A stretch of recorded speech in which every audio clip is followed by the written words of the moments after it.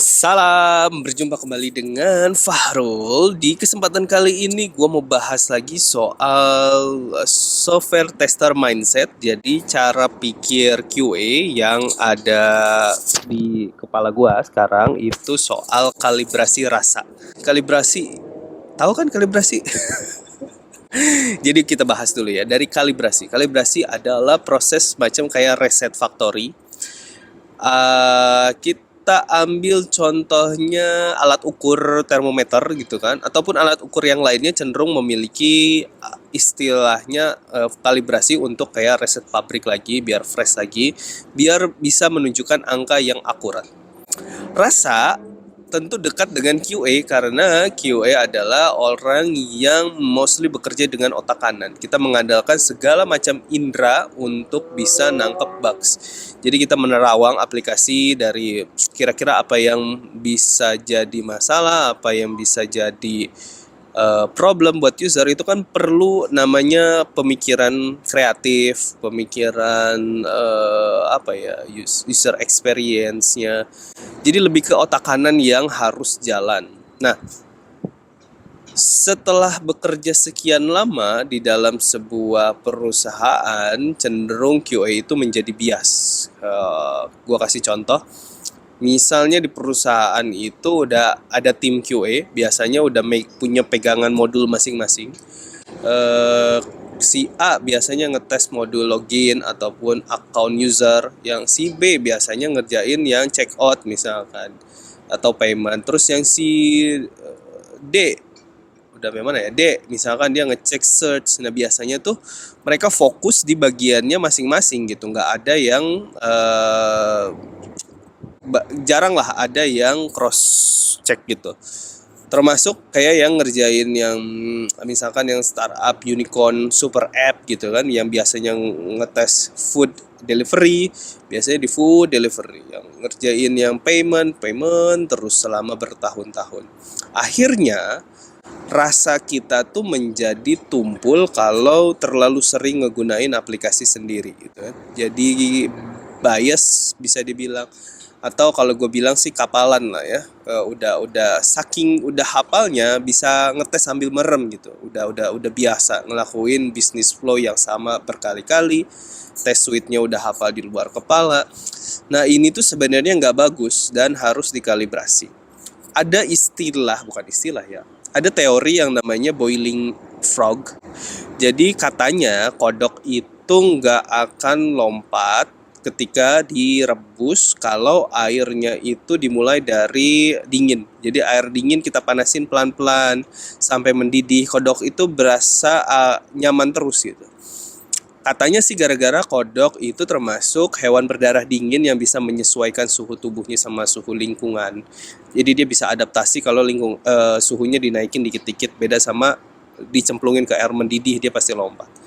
Nah ini tuh kayak QA yang sudah bertahun-tahun ngetes modul yang sama, fitur yang sama, dimana mungkin kualitas pengujiannya menurun karena ngerasa kayak pede aja gitu. Ini mah kayaknya nggak bakalan masalah di proses di skenario ini deh, udah tutup mata aja. Sampai tiba-tiba bugsnya menggigit di production kan bahaya ya. Kalau memang terukur sih nggak apa-apa, artinya kayak nggak ada perubahan nih, ya udah nggak dites ya nggak apa-apa kalau udah itu. Tapi ya sewajarnya kita juga harus dikalibrasi, alias kita harus menguji daya kreativitas kita kembali lah ya, kita reset lagi pabriknya. Jadi yang tadi masalahnya udah tahu kan, jadi QA itu jadi kapalan lah kalau nggak pindah-pindah atau ngetes hal yang sama selama beberapa waktu panjang gitu, bisa tahunan, bisa hitungan bulan, atau bisa hitungan quarter gitu kan. Nah solusinya gimana sih buat mengkalibrasi rasa ini bagi seorang tester? Sebenarnya ada dua cara yang gue kepikiran. Nanti kalau teman-teman punya ide lain silahkan komen, dan kalau ada pertanyaan juga boleh komen, nanti kita diskusi. Oke, pertama adalah pindah tim. Jadi akan sangat baik kalau di perusahaan itu mendukung rotasi tim. Jadi nggak ada lagi kuncen di satu modul yang biasanya ngetes payment dipegang satu orang terus. Nah, manakala dia sakit ataupun dia cuti ataupun dia resign, bahkan nggak ada lagi orang yang sebagus dia ngetes. Nah, itu juga hal yang tidak baik. Jadi proses rolling ini membuat orang punya keahlian yang nggak beda jauh gitu kan. Jadi nggak bosen juga sebenarnya buat si orang tersebut. Bisa aja sebenarnya kalau mau spesialis, tapi spesialis juga kadang udah mentok dan perlu expand secara horizontal ke fitur lain. Yang tadinya di food delivery bisa nyobain ke logistik delivery. Nah, kurang lebih seperti itulah contohnya. Nah, harusnya perusahaan juga mengakomodir orang yang mau hijrah ke modul lain gitu kan. Jadi biar lebih belajar lagi dan nggak ada lagi kuncen yang bikin bottleneck gitu kurang lebih. Ya sekitar kayak gitulah. Jadi eh, orang yang pindah pun jadi belajar lagi, mulai lagi dari awal. Ketahuan tuh dokumentasi yang jelek itu bisa ketahuan ketika nggak ada lagi orang yang megang di situ karena udah hafal di luar kepala sampai nggak ditulisin. Jadi orang yang gantiin tuh keder gitu. Nah, bisa ketahuan kalau ada proses rotasi kayak gitu. Terus yang kedua, kalau memang ternyata ribet pindah tim karena memang harus ada komitmen dua arah ya, orang yang mau nerima atau tim yang mau nerima sama tim yang mau ditinggalin gitu. Ada solusi kedua yaitu soal apa ya, studi banding. Studi banding itu adalah nyobain aplikasi lain, entah itu aplikasi kompetitor atau aplikasi sejenis gitu. Kompetitor itu menarik kalau kita tes berpikir, sorry, Kompetitor itu menarik untuk kita ulik lebih jauh gitu. sebagai nggak hanya sebagai pengguna biasa, tapi kita coba memposisikan diri sebagai si testernya gitu. Bagaimana mereka mengimplementasi modul yang mirip dengan kita. Misal contohnya soal payment, gimana experience payment di aplikasi tetangga gitu, aplikasi toko sebelah gitu. Bagus nggak sih? Apa kelebihan mereka, apa kekurangan mereka, terus juga apa yang bisa diimprove di tim kita nih biar lebih baik lagi. Jadi jangan alergi lah ya kalau nyobain aplikasi kompetitor. Kayak gini deh. Quality itu sebenarnya relatif. Artinya tiap orang bisa beda-beda. Contoh nyatanya gini deh. Lu kan punya banyak temen lah, misalkan dalam satu kelas, tanya deh bakso paling enak yang mana.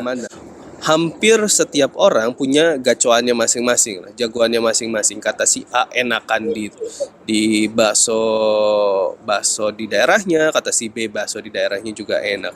Karena semua itu subjektif dan relatif. Kita nggak akan tahu mana yang paling enak karena kita nggak bisa nyobain semua. Apalagi kalau kita nyobainnya cuman bakso dari kantin doang gitu kan, pasti nggak tahu lah ada bakso enak di luar sana. Nah, maksud dari kalibrasi adalah kita nyobain sebanyak-banyaknya aplikasi biar kita tahu yang bagus tuh kayak gimana. Enaknya pakai aplikasi kompetitor, enaknya pakai aplikasi sejenis di lain bidang, itu juga penting. Misal kayak tadi kamu adalah payment tester, bisa aja cobain aplikasi sejenis kompetitor atau aplikasi yang mirip.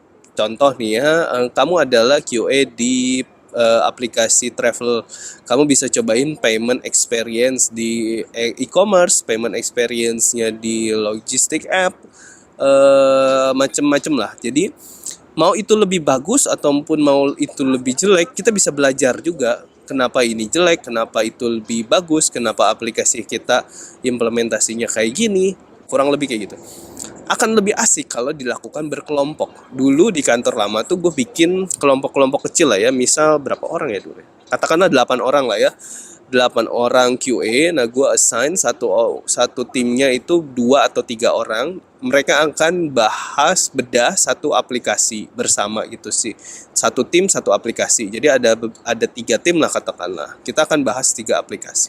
Nanti dibikin semacam kayak sharing sessionnya di setiap bulan lah ya.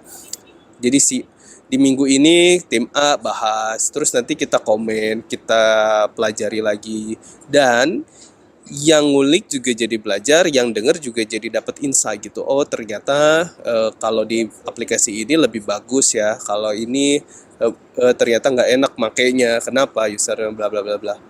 kurang lebih kayak gitu. Jadi sebagai tester intinya kita itu jangan terlalu pede ataupun terlalu bias lah dengan apa yang udah kita kerjain sehari-hari. Bisa jadi itu juga bukan flow terbaik, bukan ada. Gua mau kasih contoh di realnya itu banyak orang yang nganggap shimmer itu bukan sebuah expected result. Jadi karena udah biasa di perusahaan yang nggak ada shimmer effect gitu, yang macam kayak loading placeholder gitu ya. Jadi nggak nganggap itu bugs. Padahal di aplikasi luar itu udah umum gitu orang pakai shimmer effect. Kalau mereka hanya mengandalkan referensi requirement di perusahaannya nggak perlu pakai shimmer. Tapi ketika kita tahu ini bagus buat ekspektasi user jadi lebih lebih nggak bete nungguin loading, dengan adanya shimmer jadi lebih kontekstual dengan apa yang akan muncul. Nah, kita bisa ke perusahaan atau ke PM diskusi soal ini, dan desainer ini harusnya diimplementasi juga di perusahaan kita, kurang lebih kayak gitu. Paham kan idenya?